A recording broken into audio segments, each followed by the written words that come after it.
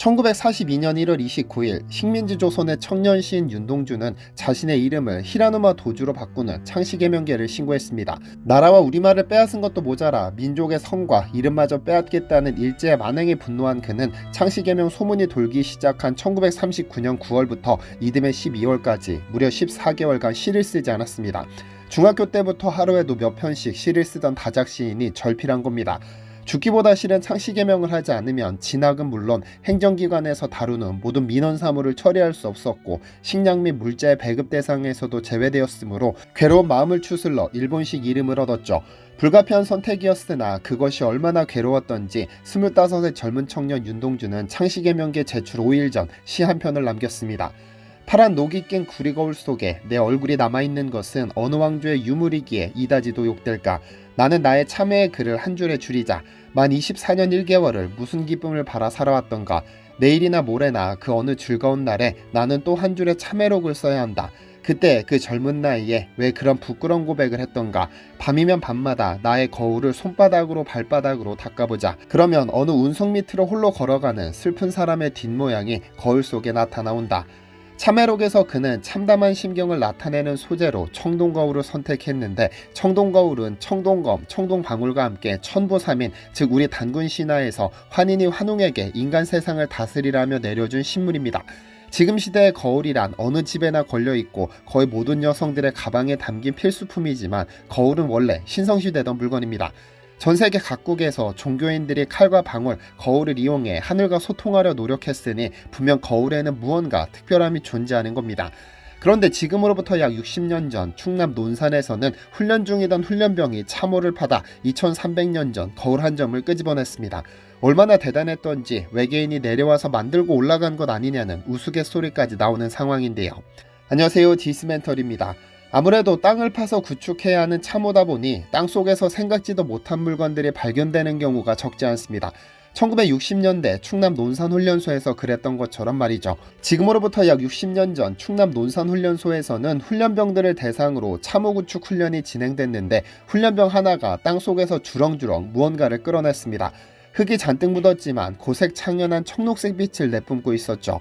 이날 발견된 물건들은 동심원과 삼각형 문양을 잔뜩 새긴 청동거울 한 점, 방울이 8개 달린 팔주령 2점, 포탄 모양의 간두령 2점, X가 교차된 조합식 쌍두령 한 점과 아령 모양의 쌍두령 2점 등 양이 적지 않았습니다. 그런데 한 장소에서 출토됐음에도 이들은 즉시 이상가족이 됐습니다.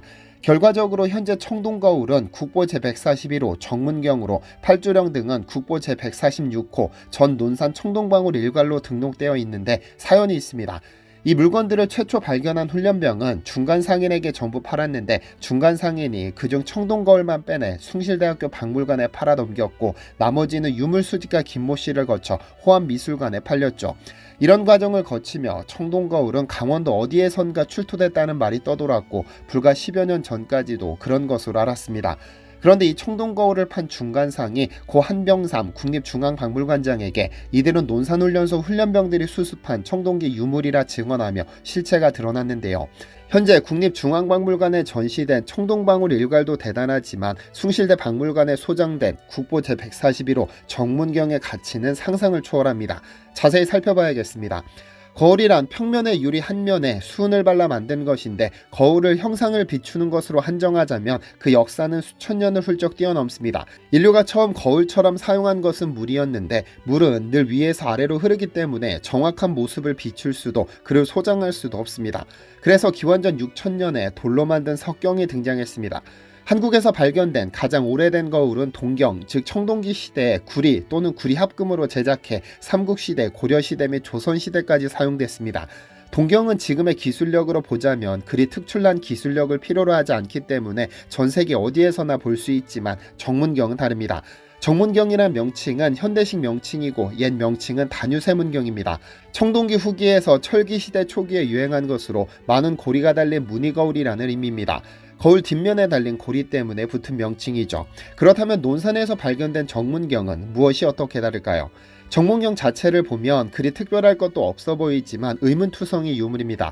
거울에 새겨진 지름은 이제까지 발견된 것 중 가장 크다고는 하지만 실제 지름은 21.2cm, 훈련병이 물건을 꺼내면서 생겼을 것으로 보이는 상처를 제외하고 그 안에 13,000개의 아주 얇은 선이 새겨져 있습니다. 그런데 잘 생각해 볼까요? 21cm 안에 13,000개의 선을 그려 넣을 수 있느냐 말이죠. 이것이 가능하려면 1mm 안에 선 3개를 그려야 하는데 머리카락 굵기인 0.3mm의 선 3개씩이 필요합니다.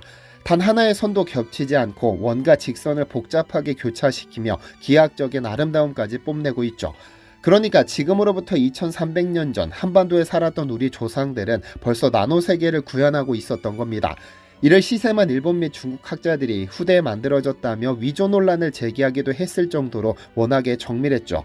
1971년 12월 21일 정문경이 국보로 지정된 후 이 13,000개의 선에 대한 비밀을 풀기 위해 최첨단 기계를 전부 동원한 적이 있었습니다. 화상분석기를 이용 원에 대해 반지름을 구했는데 그 결과 반지름의 분포가 동일한 경향을 보인다는 점이 밝혀졌죠. 이를 토대로 유추하자면 이 원들은 바늘이 여러 달린 현대시대 컴퍼스와 같은 도구를 사용했을 것으로 봤습니다. 즉 한 번에 여러 개의 원을 동시에 그릴 수 있도록 기구를 직접 제작해 그린 것으로 보이는데, 왜냐하면 바늘이 하나의 현대식 컴퍼스를 사용해 그리더라도 동일한 분포의 반지름은 나올 수 없으니까요. 하지만 이조차 완전히 해결된 것은 아닙니다.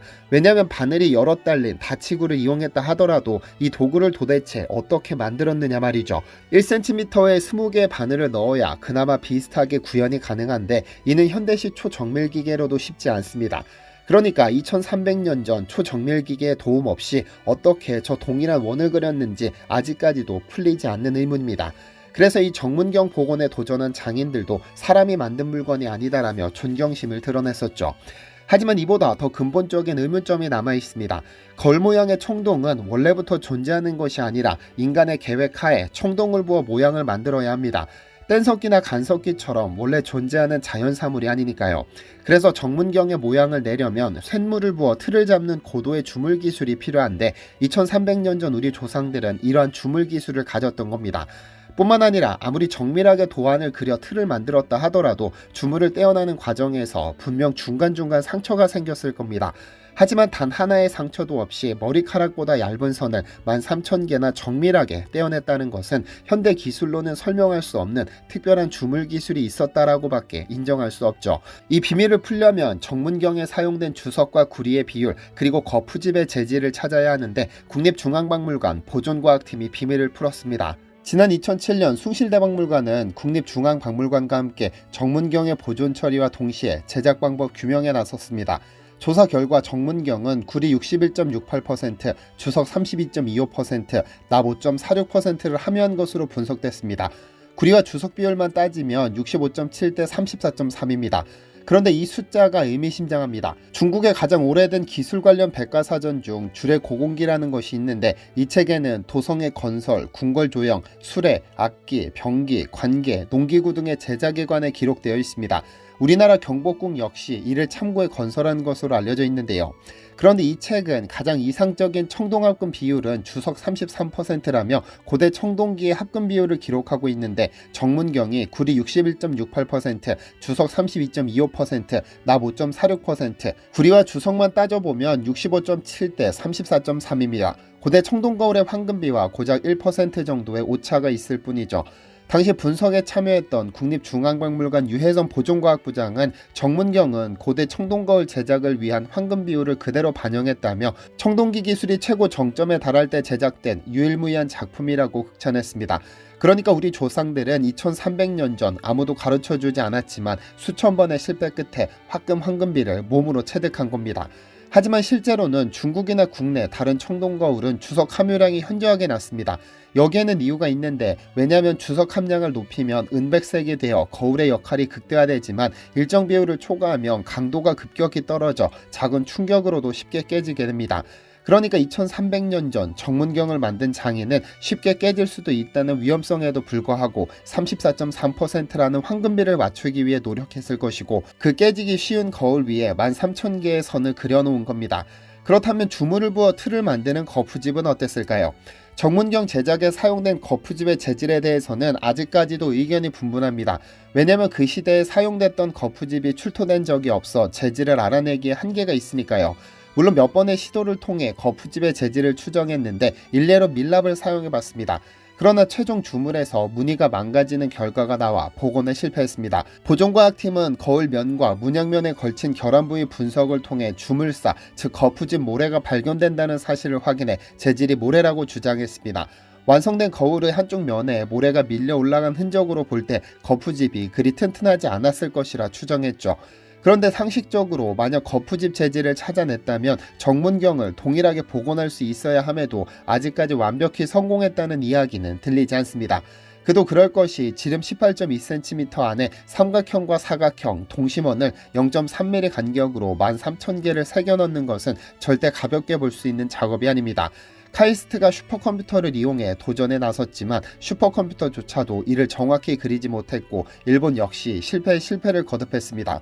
그런데 이 지구상에 단 한 명 정문경을 완벽히 복원한 인물이 있습니다. 이완규 주성장인데요.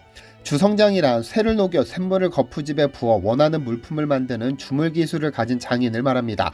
이 주성장은 경기도 무형문화재 제47호이기도 한데 2006년 세계 최초로 정문경을 복원한 공로를 인정받아 제32회 대한민국 전승공예대전에서 국무총리상을 수상하기도 했습니다. 그는 밀랍이나 모래가 아닌 석재주조법을 사용했습니다. 즉 활석이라는 돌 위에 문양을 새기고 청동쇳물을 부어 주조하는 방식으로 그는 이 방법으로 정문경을 복원했습니다. 활석은 무른 돌을 말하는데 워낙에 입자가 고와 땀띠 날 때 바르는 베이비 파우더에도 사용됐었습니다. 이 주성장은 활석에 정문경과 동일한 문양을 새겨 넣은 후 청동쇳물을 부어 복원에 성공했습니다.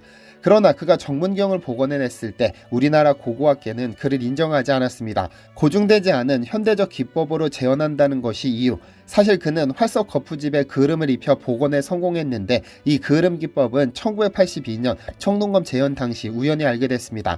당시 숭실대 박물관에 전시된 청동검 옆에 거푸집이 있었는데 가만히 살펴보니 표면이 미끌미끌하고 조직이 치밀한 활석이었습니다. 그리고 어찌된 영문인지 거푸집은 까맣게 그을음이 묻어 있었는데요. 그는 의도는 알 수 없었지만 거푸집에 그을음을 입힌 이유가 있을 것이라 생각해 즉각 활석을 구해 청동 거푸집을 만든 후 그을음을 입혀 쇳물을 부어봤습니다. 그 결과 사소한 흠 하나 없는 완벽한 청동검이 만들어졌죠. 그리고 이 그을음 기법을 사용해 정문경 복원에도 성공했습니다. 그는 학계는 추정만으로 실증적 사실을 외면하고 있다며 고정관념에서 탈피해야만 제대로 된 청동기 유물을 재현해낼 수 있다고 주장합니다.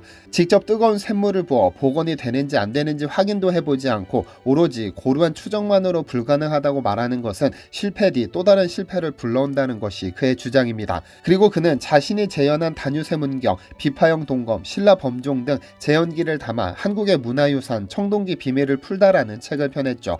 혹 기회가 되신다면 40년이 넘는 시간 동안 갈고 닦은 그의 재현기를 들어보시면 어떨까요? 시청해주셔서 감사합니다.